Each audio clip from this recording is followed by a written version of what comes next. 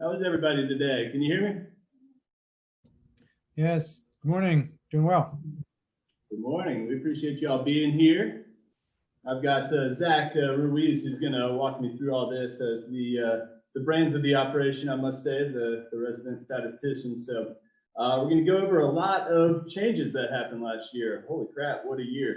I don't think I've ever seen the market change that much, and obviously politically, across the world, the pace of acceleration was wild, and it's seeing pushing through a lot of effects here on the housing market, particularly locally here in Asheville. And that's what we're going to cover here, kind of big picture ideas, what's happening in the market, and what we can look forward to in 2021. And more importantly, how can you capitalize on it? There's a lot of opportunity out there. We're seeing record sales, record price appreciation, and there's a piece of the pie for everybody. It's just about how you strategize and how you can corner that piece of the market and take your unfair share, ideally. So looking at a good place to start here, Asheville has always been a tourism destination. They say Asheville was founded on the 3 T's: tourism, trains, and tuberculosis. It's a joke, but it's true at the same time. Ever since the earliest days of the founding of Asheville, it's been a tourism destination to get away, experience the mountain air. When the trains came, it accelerated this even more. And then obviously people for health ailments were coming, and that's where you see a lot of the old wards from around the VA hospital, all throughout Montford, things like that. That's why the Biltmore stays here. George Vanderbilt's mother was being treated. He came here, fell in love, built a really big house that's still here today. So it's in our DNA, it's in our history. And Asheville is a city proper, but it functions just like a city would, like a Charlotte, but we also function like a resort market would, like a Jackson Hole, Wyoming, and Telluride, Colorado, things like that, where people are coming here for that second home, that relocation lifestyle. So that's what makes our market so robust. We see market activity from all walks of life. People who are coming here to live and work, and people who are coming here to play, and all the above. So that's going to be here, and there are different ways you can capture business from your database, the people you know who live and work in the city, and also second home and relocation buyers who are coming here. And typically their budgets are a lot higher. We'll talk about that here in a little bit. Really, the pandemic has forced us to rethink what we expect out of our homes. How many have kids that are homeschooling at the same time you're working from home? Has that created some unique problems for everybody? I mean, I got a 4-year-old. Luckily, she's not in grade school, but for a long time, we were entertaining a 4-year-old and trying to work from home, both my wife and I. And I know, like talking to Jeff and Leah and a lot of other families in the office, if you've got kids who are doing virtual schooling, they need their own supervision, but their own space at the same time. So home offices, schoolrooms, couldn't go to the gym for a while. Home gyms are definitely back in. Multi-generational living. A lot of folks have quarantined at home and brought their parents into their house as well, siblings, whoever it would be. Outdoor living spaces are at a premium for obvious reasons. And larger square footage houses are certainly in demand if you have the budget to choose a larger house for obvious reasons as well. So we had seen a trend of downsizing in particular, less is more in houses, higher end finishes, smaller square footages, but that's reversing, and it's happening in a lot of different communities. We'll talk about that here in a minute as well. What do you guys think about inventory right now? Chime in and just give me a general idea of what we're seeing in the market. Inventory is low, moving fast, and overpriced. There you go. Overpriced compared to what? What it has been, or compared to what buyers are ready to pay. Yep, and then that's a conversation to have with them too. Because personally, we'll talk about this later too. I see no reason it can go down, especially with the market forces that we're working with as well. So good script you can have with the buyers. But inventory is historically low. I mean, it's wild the changes we've seen, and Zach's going to walk us through a lot of these stats here as well. So looking at it here, we're looking at April, right on the onset of, obviously March, the quarantine started, but we're looking here, obviously the red and green is the important, visual effect here, but the months of inventory was still pretty low. But still take into account, for instance, this 450 to 499 range. We're looking at 5 months of inventory in this. And I'm just going to scroll down from April in that 450 to 499 range. Let's go to October. 2 months. So we've seen such a compression there, and this is across all price ranges. We'll see that even more as we go into it. But the demand has shot up, and the inventory has gone down. And tell me why some people would not be listing their houses right now.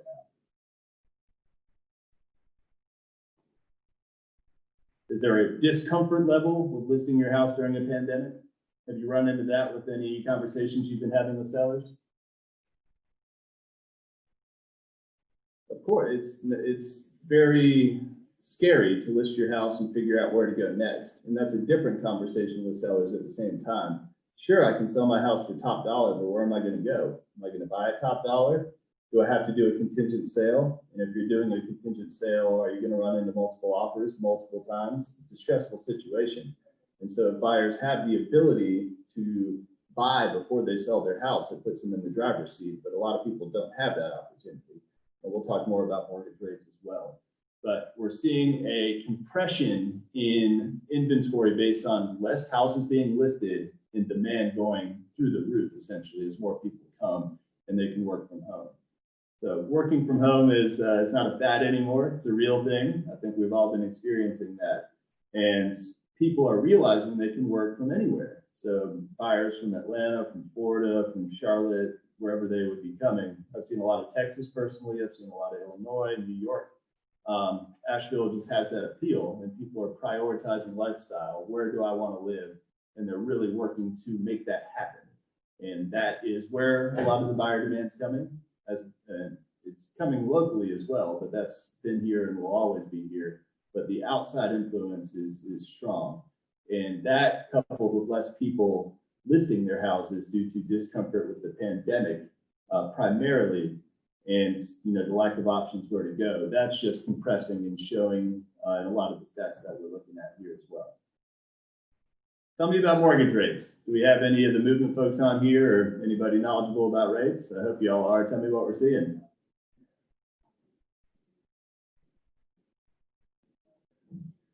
Not all at once. Crazy. All right, I'll run with it. Yes, we're historically low. It's even last year was 2019 was historically low, but what we're looking at right now is the lowest in history, and they're continuing to go down. If there's, I don't know where the bottom is, we're going to find out here soon. They're forecasting some rate hikes as we move in and the economy stabilizes. That's yet to be seen as we move into 2021. But historically, low mortgage rates are fueling a lot of the buyer demand. And what I believe is keeping a lot of the inventory off the market right now is more people are choosing to refinance at a much lower rate and stay in their house for the long term that would be selling and moving otherwise. And so they're accepting what they have and lowering their monthly payment, doing cash out refinances, using that as a safety cushion. I've seen articles that more Americans they have more in savings than at any point in history right now. People are stockpiling money because they don't know what's going on next. So if you have a cash out refinance, it gives you the opportunity to do that and essentially save for a comfort level of what's coming next. But I've seen that more and more with conversations I've had with sellers. You sit there, you're having a listing consultation, they're very happy with the price they can get. Where am I going to go?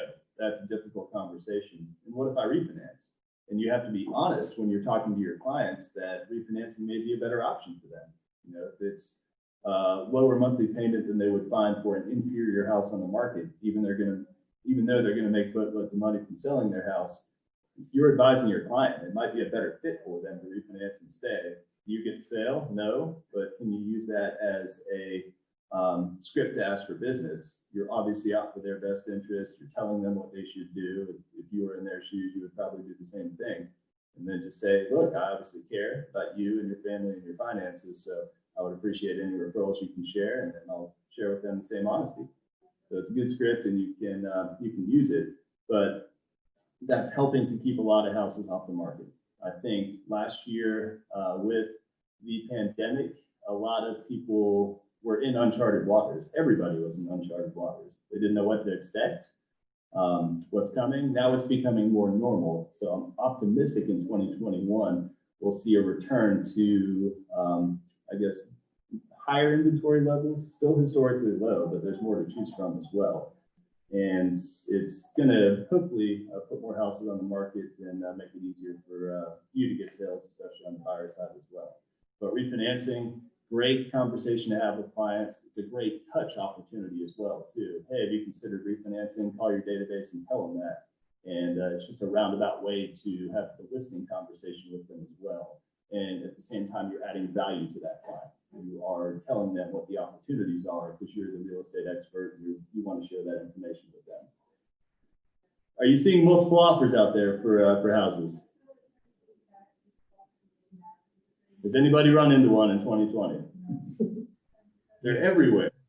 Exactly, they're everywhere, especially for the lower inventory price ranges. So I can pull in Zach here as well. It's a good way to segue into the months of inventory we're looking at. But here in April, just look at these numbers, and I'm going to scroll down really slowly so you can see the red versus the green. And I really want you to pay attention to the low end here. Let's go 400 and less, and then the high end. Let's go 800 and above. So, for instance, $1 million to $1.5 million in April. You're looking at 10 months of inventory. It's a pretty strong buyer's market when you look at it. But as we scroll down, May, we're just starting to come out of the stay-at-home orders. People are traveling again. They're driving here for the most part. It's balanced. And it's starting to flip. So now the high-end buyers are starting to come. We're seeing it jump up a tad.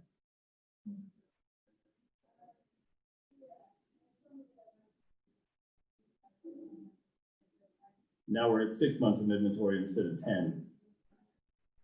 Now we're at 5 months of inventory instead of 6. And we're at 4.5 right now. So more high-end buyers are coming into the market. And this is a great opportunity for you guys to look into. If you can find the internet lead generation opportunities to capture buyers looking in the Cliffs, to capture buyers looking in Sovereign Oaks and North Asheville, Champion Hills and Hendersonville, these high-end communities or the higher budget people, they're looking online primarily, and that's where you're landing these type of leads. So online lead generation is key outside of your database to capture money coming into Asheville because it's here, it's coming. And so that's a key for what you can do in 2021 to try and get some higher end sales coming in. But look at what we're looking at right now. Everything under 900,000 and less is less than 2 months of inventory. It's insane. I've never seen anything like this before, and it's happening. It's pervasive across the country. Less people are listing, more people are looking, especially in the market that we're in here in Asheville. So you have to work harder to get these sales. You have to work harder to win the houses for your clients. Because if they're looking for a house 300,000 and less in Buncombe County, I mean, good luck. 112% of list price they're selling for. It's all multiple offers, and you just have to pull out your best stop. The listing price is more of a guide. Just put a price up there, choose a really ambitious one, and see what someone will pay for it. That's kind of what it's turning into. It's more of an auction type thing with a high price already being set. And you just put it up, set a highest and best deadline date, and it's pretty easy to sell houses if you do it pretty well in that price range. You just got to find the listings, and that's the key. But we'll talk more about that with your database too. But it's insane. There's no other way to put it in terms of the inventory challenges we're seeing. And this inventory challenge is pushing into the rental market as well. It's almost impossible to find a good long-term rental for an affordable rate in Asheville because the people who would be buying are now choosing to rent and wait this out if the prices go down. Again, I personally don't see that happening, but if and when it happens, they are choosing to enter the housing market at that time. But it's having effects all across. We're seeing affordable inventory in the buy side and on the rent side just being squeezed considerably. And it's creating challenges for the people who live and work in the city. It's creating challenges for the realtors who are trying to sell them houses at the same time. So guess a message for everybody here is you have to work harder. You have to pull out all of the stops to win these houses for your clients in multiple offers.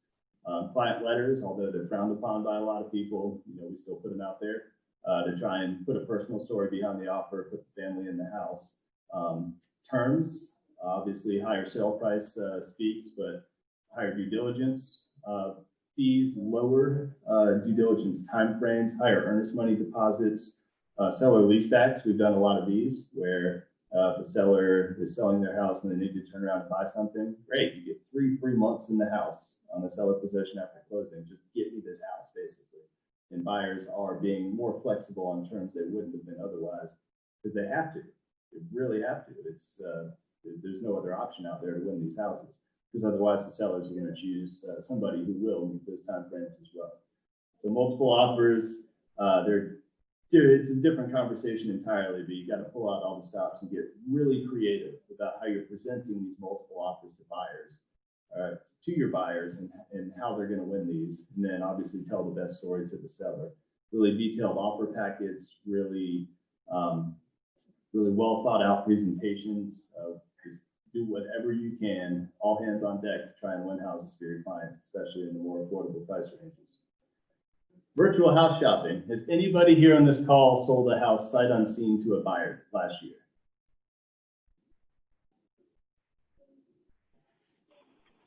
I personally did it. Exactly. Personally did a few. I bought a house sight unseen last year just because we couldn't travel. And it's becoming more and more common where a few years ago, might have happened once a year. It's pretty uncommon. Buyers were selective about getting into a house, but now it's get me anything, whatever I can get in my price range. They kind of have to, and then travel here if they're coming from out of state, out of within North Carolina, whatever it is. If they can't drop what they're doing to be here at the specific time frame, they're going to have to look virtually. So 3D tours, videos, if you're listing houses and you are not doing 3D tours, if you're not investing in detailed videos, you're doing a disservice to your clients because the world is changing. This is how people shop for real estate now. So you might have to spend a little bit more for quality marketing materials, but it's going to get you, the best representation for this property possible. It's going to get you more offers from people who are looking digitally and remotely. Of course, the agents will do previews, but we see it now where if we get inquiries for leads, I can text or email a 3D tour to people and they can virtually get in the house. It's also safer in the age of COVID because they know exactly what they're coming to see. You don't have to looky who's coming anymore. So if they have a virtual tour, they've already walked through the entire house, they've seen even where the closets are, the flow, the layout. When they come, it's going to be more of a buying trip as opposed to a home shopping trip. So invest in 3D tours, invest in high quality marketing materials. One, it will help you sell that house. But remember, every listing you get is a job audition for your next one. And so you can show your next listing presentations. Here's what I did for this last house. We got a contract at 112% of the list price. I sold it to somebody sight unseen because they saw this 3D tour that we put together. How would you like me to do that for you, Mr. and Mrs. Seller? And it's a good way to segue and use it to generate more business as well. So we live in a virtual world. Obviously, by the virtue of what we're doing right now, a Zoom meeting, normally we'd be sitting in a full room and everybody's attending online. So virtually, the virtual lifestyle is a thing now, and it's not going anywhere. And you have to partake in that. You have to change with the times in order to best represent your clients, either on the buy side or the sell side. And hospitality-wise, so Airbnbs, does anybody own one? Has anybody tried to rent one here in the Asheville area? Do you have clients trying to find Airbnbs to come and stay? It's tough. Their occupancy is through the roof. Hotels are getting slammed. It's very difficult if you're in a box hotel where you have shared common spaces, lobbies, bathrooms in a lot of cases, things like that. But the performance of Airbnb rentals has been nothing short of fantastic since May because people are still taking vacations, but they're driving within a 6 to 8 hour radius and they want to stay in standalone rentals. And so because of that, the home sharing market is doing really well, especially if it's a standalone property. Airbnb investment properties are becoming very difficult to find on the market. One, because of the inventory challenges we're looking at. Typically, good Airbnbs would fall somewhere in the 400,000 and above range, and that's the inventory you're looking at. And typically, the houses you want when you rent an Airbnb are private, nice view, forest view, creek, easily accessible, whatever it is. For the same reason you would want to rent it on Airbnb, it's the same reason that you would want to stay there or live there personally as well. And so you're competing not only with the Airbnb investors, but also with full-time owner occupants. People are going to live there as well. So it's a good script to reach out to your clients as well. And if they are investors looking in that space, Asheville last year was the #1 Airbnb rental market in the United States. And the demand is there. We see it all the time. And so if you can find good properties for your clients, it's almost a slam dunk if they present it well and they furnish it well to get a good performance from it. But just note that, especially in the conversations you're having with clients, if they want to find something, if they're coming into town, book early. It's very difficult to find something the week of unless you want to stay in a hotel. And like I mentioned, the standalone hotels, roadside hotels, even hotels downtown are having a very difficult time right now because they are subject to closures and occupancy limits where Airbnb houses are not. And that's a long-term trend where people are going to stay more in these properties. I definitely see an acceleration in that part of the market. So we talked about the low inventory in the rental market as well, and the affordable housing aspect. You know, this is something we will harp on, and it's going to continue to get worse. It's just very difficult for affordable housing to be found. And not only that, it's difficult to build affordable housing. Have you guys heard of material prices and lumber prices increasing in 2020? Has anybody priced a build in March and then tried to revisit it in October to find out that it went up 20-25%? So there's a lot of factors that have to do with that. The factories in March, April, and May essentially were under restrictions for COVID. Obviously, they're hotbeds, a lot of people congregating in one spot. So manufacturing was shut down for a lot of aspects of the country. And that created material shortage. Did anybody try and buy an appliance last summer for fall? Was it delayed by 4, 5, 6 months? I know ours was. It was pretty frustrating when you were trying to get it. Then that's because the factories were shut down. This isn't not going in a political direction, but tariffs were placed on lumber, and that made overnight lumber prices shoot through the roof. And that was specifically from a stroke of a pen tariff, nothing to do with the production facilities being shut down. But all these factors really help to drive construction prices through the roof. So that being said, if you're looking to build houses in this $200,000 to $300,000 price range, it's almost impossible with the price of dirt here in the Asheville area, with the material costs, labor costs are going up, and that's going to further compress the affordable housing inventory, especially apartment inventory as well too. It's just getting more expensive, and that's driving rents up at the same time. So when you have these conversations with clients, if you want something affordable, it's 9 times out of 10, or really 10 out of 10, is going to be a better value if they can buy something standalone or existing and renovate, as opposed to trying to build something new. Because you always run over budget, you always run over time on a build. It's just one of the facts of life, unless you have a unicorn for a contractor ever looking at it. And then one thing we're seeing as well is golf course communities, rural communities. These were in decline for a long time, especially golf course communities all across the Southeast. People were urbanizing, they were moving back into the cities. And what COVID has done is reversed a lot of these trends. People are moving back into golf course communities where they can get a 4,000 square foot house on a half an acre with good outside space. And communities like the Cliffs, they're seeing banner years, and banner meaning double what they saw in 2019 in a lot of cases. Because these are what buyers want now. They want standalone, good space between neighbors. They want community lifestyle amenities, walkable recreation, whether it be golf courses, trails, whatever it is. These planned unit communities are seeing a resurgence to where people were downsizing, smaller square footage, condos, townhouses, patio houses, whatever it would be. A lot of the housing stock that did sit on the market for 4, 5, 6, 7 months is now being gobbled up with multiple offers. because of the lifestyle that offers. The lifestyle of the world has changed with the pandemic. We'll see what happens in a few years, but personally, I think people are going to continue to see the value in what these communities offer, even if they're having to drive. So suburban sprawl, call it what you will, good or bad, is going to be exacerbated by the pandemic. And if we do see new housing brought to market, chances are it's going to be more on the suburban end because you can get cheaper land prices and develop more units that way. Luxury, let's talk about it. The uptick in the luxury market, we just went through it here on that slide, has been astounding. All these high-end buyers coming from out of state primarily are fueling what is a strong uptick in the luxury market. Could be standalone houses or really remote houses on land. Could be lifestyle communities, downtown condos, we've seen a really strong sales base on. The luxury market, if you can capture a piece of that, even those 2 or 3 sales a year, those are the sales that can make your year. So say you're an individual agent, you sell 18 units, 3 of those are 800,000 and above.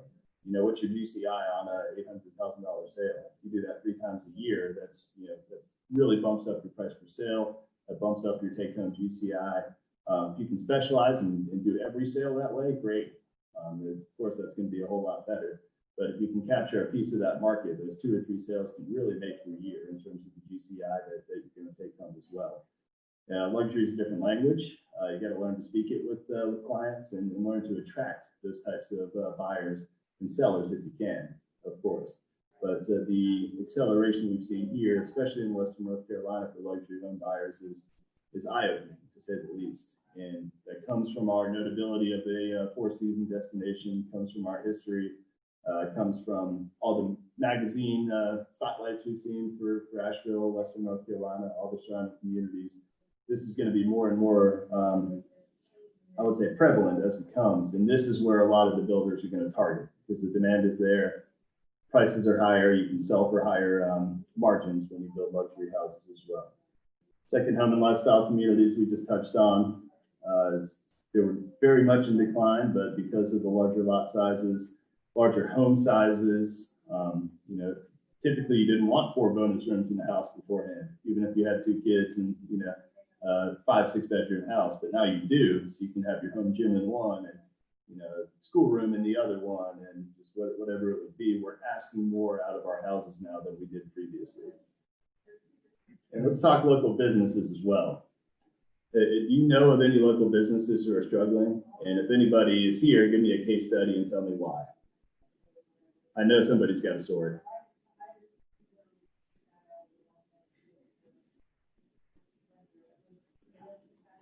Nobody knows a restaurant owner who's struggling?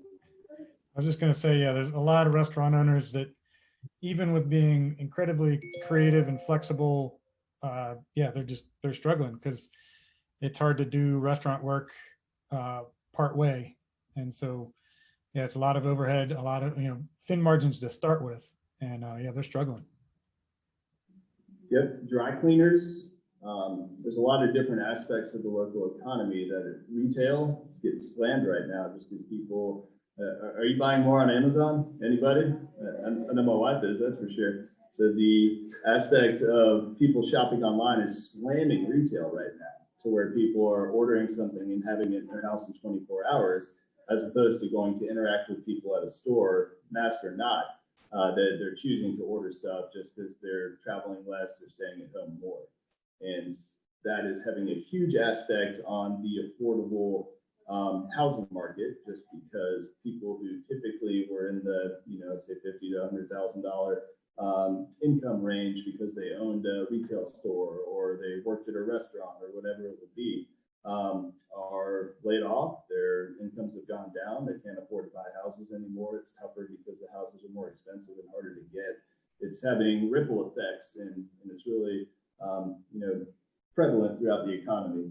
Food service, hospitality, retail, events. I've seen this personally with event spaces. Did they cancel a bunch of weddings, corporate gatherings, special events in 2020? Pretty much the slate was wiped clean. Everything was canceled. The live music industry, we used to love and go see a lot of shows. We haven't been since last March. And it's going to be probably until October, November, when even they have social distancing indoor shows coming back. But if you own the Orange Peel, or if you own, the Gray Eagle, any of these smaller events, you have zero income. Like they've shut you down with regulations. Call it what you will. It's more of a political talk, but there's zero income for these people, and people work for them at the same time. It's just that ripple effect gets worse and worse when you look at specific industries. But at the same time, if you own a manufacturing or a shipping warehouse, for instance, your demand is going through the roof because of the rise in e-commerce.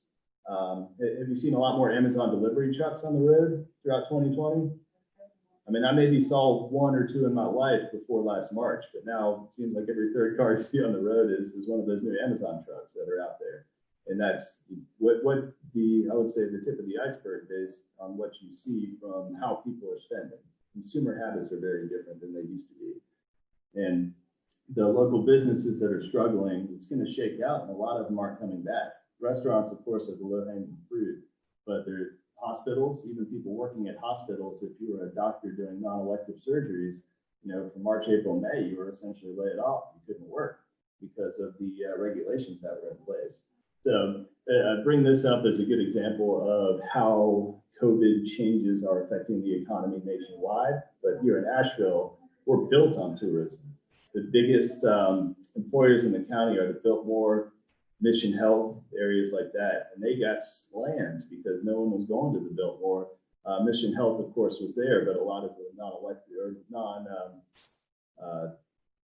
let's say important workers or whatever the term is they're there, were laid off for a long time.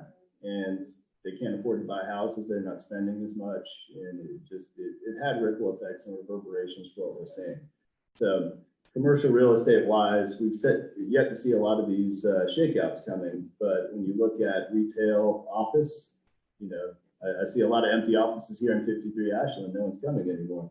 So y'all coming back in the office. We're getting safer, of course, but these spaces are here, and we're not the only one too. So if you own office space and lease it, and people are working from home more, obviously the investments are not worth as much. And if you're holding a mortgage and you can't lease a space, that creates problems for a landlord that you wouldn't see otherwise. Restaurant, hospitality, retail. I think a lot of the strip center retail spaces you see are going to have problems because if the tenant leaves, it's going to be a whole lot tougher to lease that space. And not only that, you're going to have to lease it for a lot less than you did before because there's a lot less demand. Pure supply and demand economics working out there as well.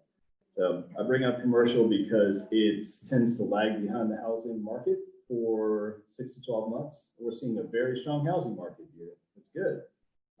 It creates challenges, of course, but they're good challenges to work with. But at the same time, I think we're going to see a lot more reverberations and ripple effects coming from this in 2021.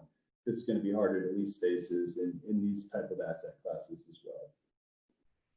So those are an overall sense of trends that we've seen here. And I'll come back to Zach on this last slide. I really want him to kind of talk about this and show an overview. We've talked about some of the reasons why, but here's what we're looking at in a really plain and simple graph. And obviously the market effects are here, and obviously the data brands are going to tell us what's going on. Here, am I able to share screen? You'll have to come over here. Good. Perfect. Unmute. All right, cool. Here, one second. All right, so before we get to the graph that compares, here, one second.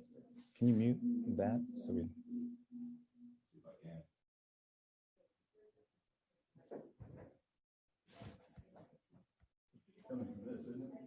Yeah, actually, if I just sit there. Sorry, guys.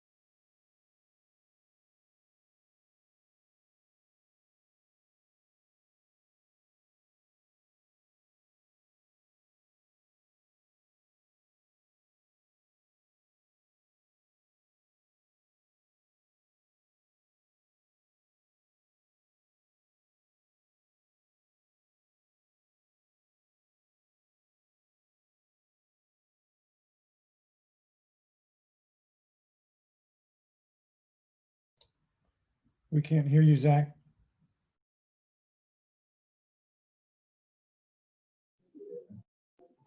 Sorry about that.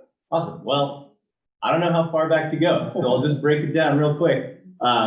What we're looking at here is the distribution of green versus red, which is essentially your pending ratio. So you'll see on the bottom right here, this is March 2020.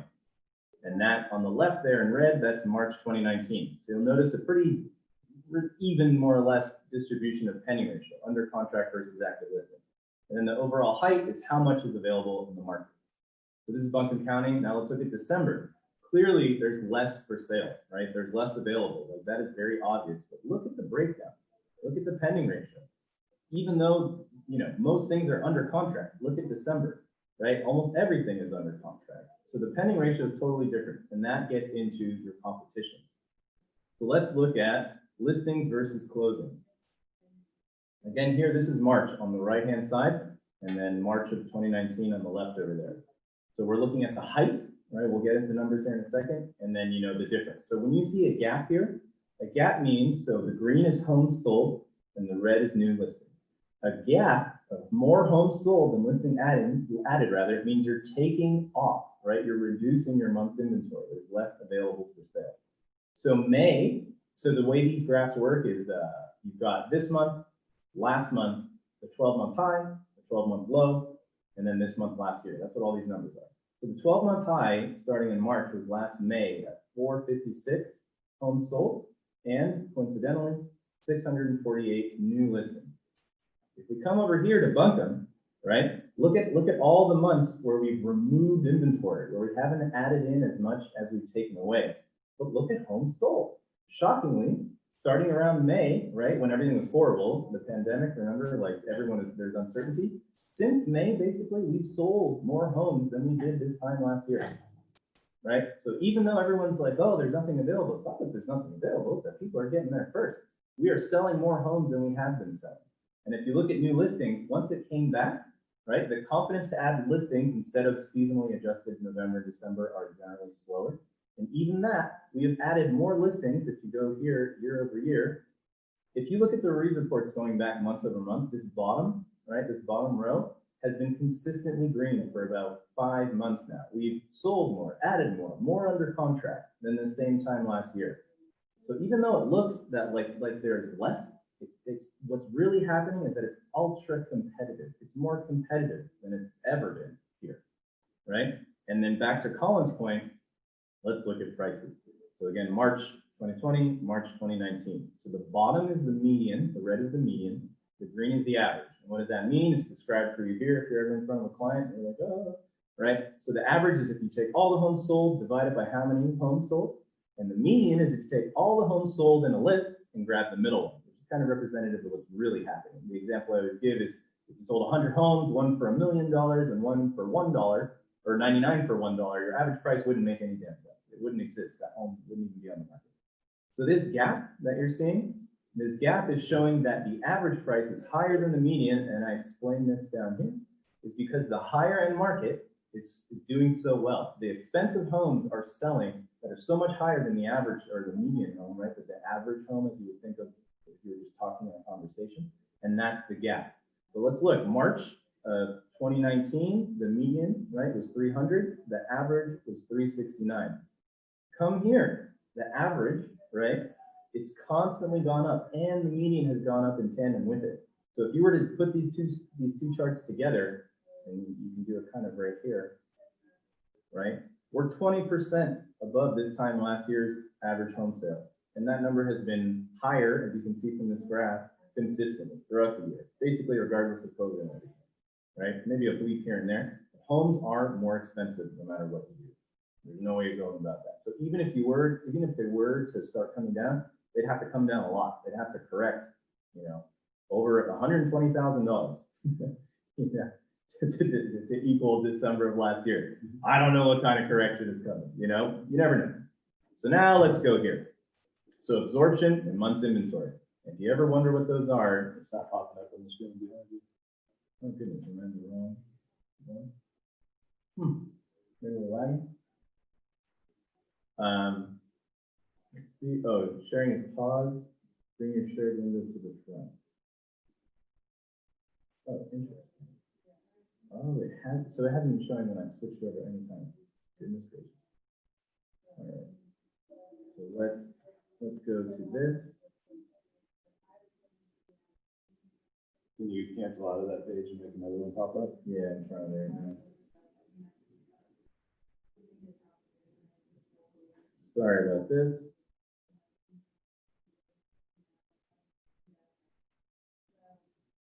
Oh my goodness. Well, this is some of that definitely. Share screen. All right. I don't know how much of this you guys have been able to follow, but the words are the same.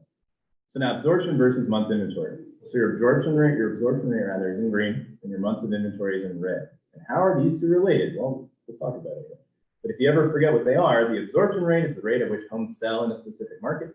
The month's inventory represents how long it would take to deplete all of the inventory of homes on the market if they continued selling at the same rate, right?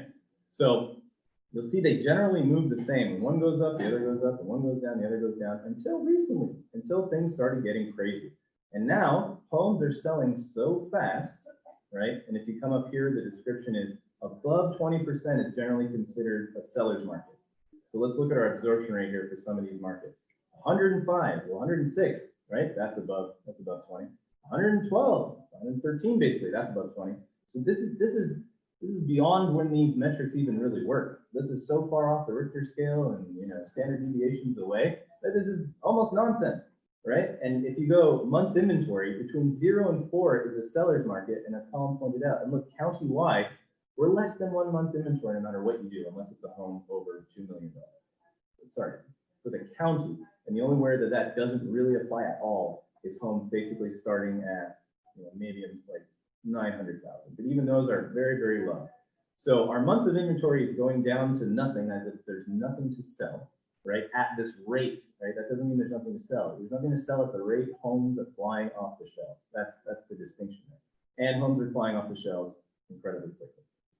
So I don't know how much of that translated, since maybe the screen sharing wasn't screen sharing. Is this only happening in Buncombe County? Not at all. No, we could do the exact same thing in any one of the counties. We don't have to pull it up now. Yeah, I was gonna say it'll break, but Henderson, Transylvania, Brevard in particular, we're involved in the market there a lot. It might be worse than what we're seeing here. Oh, yeah. Smaller town, a lot less inventory, and Oh, yeah. people are going there for the pure outdoor recreation lifestyle. it's Haywood, I think Haywood affordable housing inventory is very similar to what you're looking at here in Duncan as well.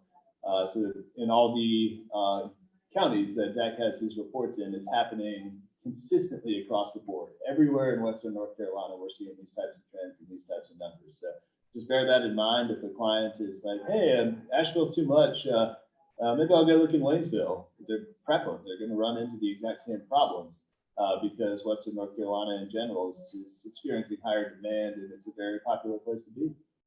So this is Haywood County, right? Where you wouldn't think this is happening. Everything is skyrocketing up. Listings and closings. Look at the inventory just disappearing there. We're selling more than we're putting back on, right? And you go to funny days in the market here. It looked like in October, people were holding out. And then in November, the only thing I can do to describe that the days in the market went down is people were just like, all right, that's all there is available. Let's buy what's here, So that correction has happened. It's happening everywhere at this point. So if anyone has any questions or wants to add anything, by all means, jump in. Questions on the data? Anybody? Is this same trend happening with land sales?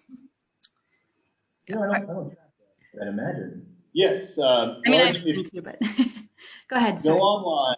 Here's just a good quick test, because I was looking at this recently, because we work with a lot of larger acreage tracts. Go online and see what's pending for over 50 acres. And things that have been sitting for 700, 800, 900 days are now under contract. And then look what's closed in the past 180 days. So yes, for lots, people are choosing to build instead of buy. They can get what they want. They can build what they want. They're going to pay more for it. We just talked about it. But a lot of people are choosing that route. So lots are being gobbled up. Lots that have been sitting for a while. Communities that have been sitting, essentially lots of communities were developed in the mid-2000s, and they were just, a time capsule until now that we're seeing such a housing inventory. They're already platted, they're already subdivided, utilities are into a lot of them. They're easier to build. And so lots are seeing an uptick in sale activity. We don't have the metrics here, but it's certainly happening. And then a lot of buyers are, I don't know if John Haynes is on the phone call, but a lot of the prepper, the world's ending kind of thing. Politically, you can see why they think that. Health-wise, you can see why they think that. A lot of people are buying mountain land for the security that it offers. I've got my spring water, I've got my gated entrance, my mountain land, no one's gonna mess with you here. So yes, across the board, land prices and the land sales activity from what we've seen has certainly increased at the same time.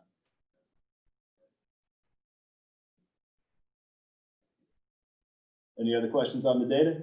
Anyone have any strategies or comments on how to tie all this nerdliness into a presentation? What did you get out of listening to this? How does this help you tell a buyer to buy or a seller to sell? Because that's the gist of it, right? We'll move into opportunities here. That's where I want to segue the conversation into. So houses are selling, right, Zach? Oh yeah. They're selling fast. And the challenge is finding them. How do you find these for your clients? In a nutshell is you have to work harder. You have to work a lot harder for the same sales that in 2018 were going to happen anyway. So you have to prep your clients ahead of time. What scripts can you use to tell them that, look, here's what we're looking at on the data. Let me pull up these Ruiz reports here. And these are here for you to share with your clients. So be sure to use them. But when you pull up the last December report and explain to them that, all right, buyer, you got a $400,000 or less price range. Here's what we're looking at. Here's what you're up against. 6 months is a healthy inventory. This is the strongest seller's market in history. Very difficult to find houses. However, they're selling. Let me be an optimist here. We'll get you a great house. But you cannot tool around. You have to be pre-approved. Not pre-qualified, get pre-approved. Do your homework and be very strong and competitive with your offers. If you prep your clients for this, you're going to run into a lot less of the typical, hey, this is how it works, right? I make a lower offer, they negotiate, then we go under contract. You've got one shot at a lot of these houses. And so again, if you get listings, by all means, leads, listings, leverage, go for it. Listings all day long, that's what you want, because if you put signs in yards, they're going to sell pretty quickly. It's evident here if you price them correctly and present them correctly. Again, 3D tours, strong professional photography, videography, drone, invest in high quality marketing materials. It's a KW. We teach these marketing aspects to really present houses as best we can. And so if you do this, you're going to get more listings, but two, your listings are going to sell faster and for more money because you're attracting a wider range of buyers. Get it all over the web as much as you can. And if you do that on the seller side, obviously you're going to get a lot more signs and yards. And research shows, correct, one listing will generate one closed buyer sale once you put it out there. So if you get 12 listings this year, they're going to sell quickly. There's no reason you can't close 24 units at an average sale price of GCI of say $7,500. Do the math, you're making a pretty good year out of it. So prep your buyers first and foremost that, hey, you have to be on your P's and Q's. You have to be pre-approved. When houses hit the market, I'm going to send you the virtual tours if the agent's doing their job and providing one. And you have to decide right then and there. It's not me being a salesman telling you, it's the market. And oftentimes, unfortunately, it takes losing one or two houses for buyers to really realize this. And then they get the fear of missing out. They have to put in a strong offer with it. So again, not all terms are monetary, but sales price is certainly here. But again, we've run into seller possession after closing a lot. That solves the problem of where the buyer is going to go. You might have to let somebody live rent-free in the house and pay the mortgage for a few months in order to actually secure the house. And that's a difficult conversation to have with buyers, but you can't control the market. You cannot control supply and demand. You can only read these market statistics to help your clients succeed. And that's what these reports are super helpful for. So bring these to your listing presentations. Zach offers custom reports for these, so you can put your own name on them. And it establishes you as the expert, the data expert in the market, and it really shows the value that you're providing to your clients as well. Digital marketing. Can you capture some of these out-of-town luxury home buyers coming to Asheville? Find and employ strategies that way. I don't know if it's targeted Facebook ads to South Florida with a beautiful picture of the mountains that leads to your webpage, something like that. Get creative. But the more high-end buyer leads, not from the area, you can capture, the better chance you have of one, competing in a market where there is more inventory to choose from, and two, you get higher price sales out of it, higher GCI. And again, 2 or 3 of these higher priced sales can make your year. You can make 40 or 50 grand GCI in 3 sales, and then you're getting 12 to 15 sales for the rest of the year at 7,500 GCI. That's a pretty good year, but you have to corner that and find ways to enter that luxury market where the buyers are coming from out of state. Let's talk about forbearance for a second. I know a lot of people knew people going into forbearance, and these programs are going to be ending at some point. However, the conditions now in the market are so different than in 2008, or the last time we ran into such high levels of loan delinquency. So sellers now have the opportunity to sell their house at top dollar, pocket all of the equity, and move on to what's next. There's no way around it. It sucks. You're selling your house, you're getting out of it, you lost your job, whatever it is. There's no good way to spin it, but you can make the best of a bad situation by selling your house for top dollar. Foreclosures, in theory shouldn't exist here because the where home values are. Short sales shouldn't exist because they can sell. Short sales are defined by selling your house for less than what you bought it for. But if you bought the house anytime from 2008 to now, unless you just bought it a month ago, chances are you've got a lot of equity in there. So that's a great conversation to have with people as you're making your care calls, that if you're behind on your mortgage payments, there's no good way around it. If you're lost your job, you cannot refinance. You need obviously to be employed, just like you would be if you were getting a new home purchase. However, it's, if you can find something good to rent, I can help point you in the right direction that way. How about you sell your house, pocket all the equity that you have in it. You've got financial security in the meantime from the equity in your pocket. And, you can rent and move on to what's next. And, once you get gainful employment established, you can live off that savings for a few years and buy when the time comes next, So that's what's so different here right now than in 2008, 2009, 2010. Inventory was very high then, very much a buyer's market. They were implementing first-time buyer home credits. Remember that? I think it was $6,000 or $8,000 just to buy a house in 2009, 2010. If you're a first-time home buyer. That we won't see those kinds of things. Well, maybe we'll see what the administration does coming up. But sellers have an opportunity that did not exist now. And so if you have trouble, if you have distressed sellers, in theory, a foreclosure just shouldn't happen because they can sell and take some money. And why wouldn't they choose that option over going to foreclosure, losing their house, trashing their credit, everything that comes along with it? Great conversation to have with clients if you run into the ones that are behind. We expect, we haven't touched on this yet, but seasonality of the real estate industry, typically spring, summer, fall, that's where it's busier. Winter kind of tails off a little bit. And that seasonality is primarily based on the school schedule. When are my kids in school? When are they buy and sell over the summer? And then that way you're set when they go back to school in August and September. That got thrown out the window last year. It's just, everyone was working, school from home. A lot were canceled. People were working from home. We expect, or hopefully, we'll see a return to the seasonality this year. So as we move into the spring, hopefully it becomes more normal. I think a lot of people with the pandemic lifestyle are, I hate to say used to it, but it is a new normal. I hate to say it, but this is the world we live in. And your ability to adapt to change is going to determine your success moving forward.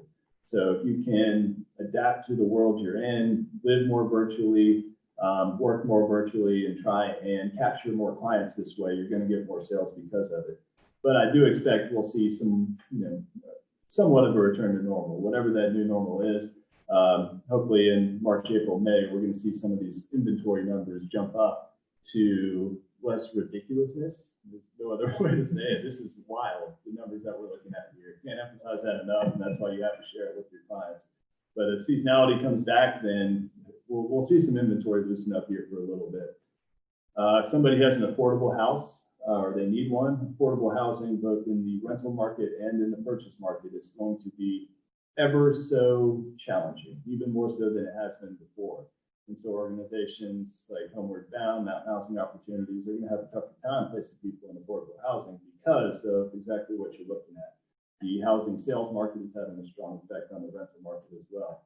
Home builder confidence is at an all-time high. Hopefully we'll see some new inventory come into market, but chances are it won't be very little will be the 300 and less, just because builders need to absorb those margins of higher costs, higher labor rates, and they need to build more expensive products for it as well. Land, of course, we just talked about it, but people are going to choose to build. We're going to see communities that have been sitting as, time capsules really start to sell more, and more home builds get in. And a lot of people are choosing to refinance, stay in their house, and renovate. Maybe they do that sunroom or extra master bedroom addition on the house. And if they refinance, pull that money out, they can do it, make their house bigger, stay somewhere they're comfortable. Again, conversations you can have to add value to your clients. You won't get a sale out of it, but you'll establish yourself as the expert. You'll establish a great deal of trust, and you'll earn an incredible referral opportunity from that client, provided you stay in touch with them. It's a good opportunity for a script you can work with as well. And commercial, we'll see, but again, we're going to see some fallouts here coming up, especially on strip centers, especially on retail, restaurant spaces. There's going to be a lot of turnover as well. But and internet as well. A lot of people are working from home, as we talked about. And I've had this conversation a lot with rural buyers. They're like, hey, I want 100 acres. I want to be 45 minutes from Asheville, but I need a gigabit internet line run to the house.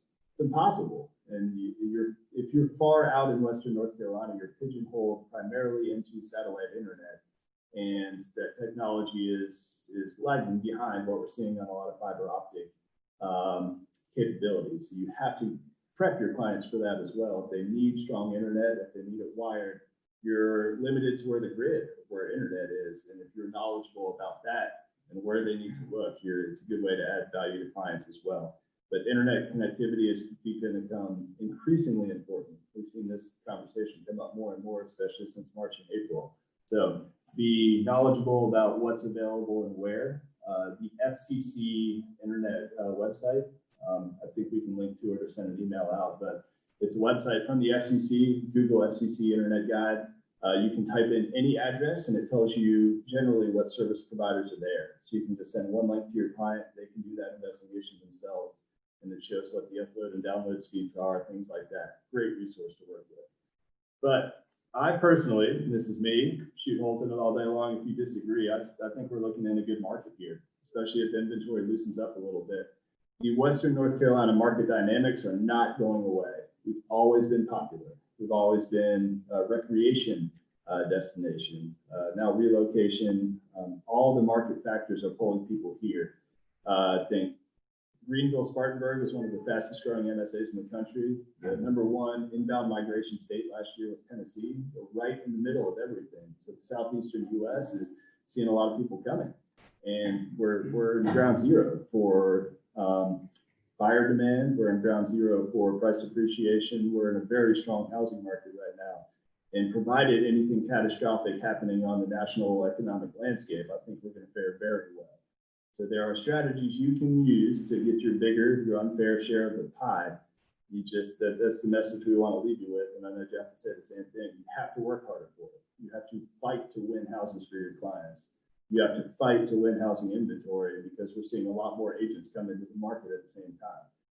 So I want to leave you on a note of positivity. Hopefully it loosens up a little bit, but the market's there. You just got to go out and earn it. And there's some great opportunity there for everybody. So on that note, strong year coming up for everybody. I definitely feel that too. And do you have any questions or comments for me and Zach as we're sitting here? We'd love to field anything you have.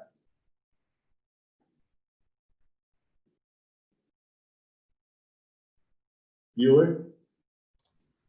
Thanks, that's been helpful. Good review, looking backwards and forwards. Absolutely. We hope you found that of value. This came from a conversation we were having around the office, and it was more just the trends, because last year was wild, to say the least, and it's going to have a lot of effects here. But I for one, am very optimistic that, especially in the real estate industry, there's a lot of good opportunity there long term for everybody in the room.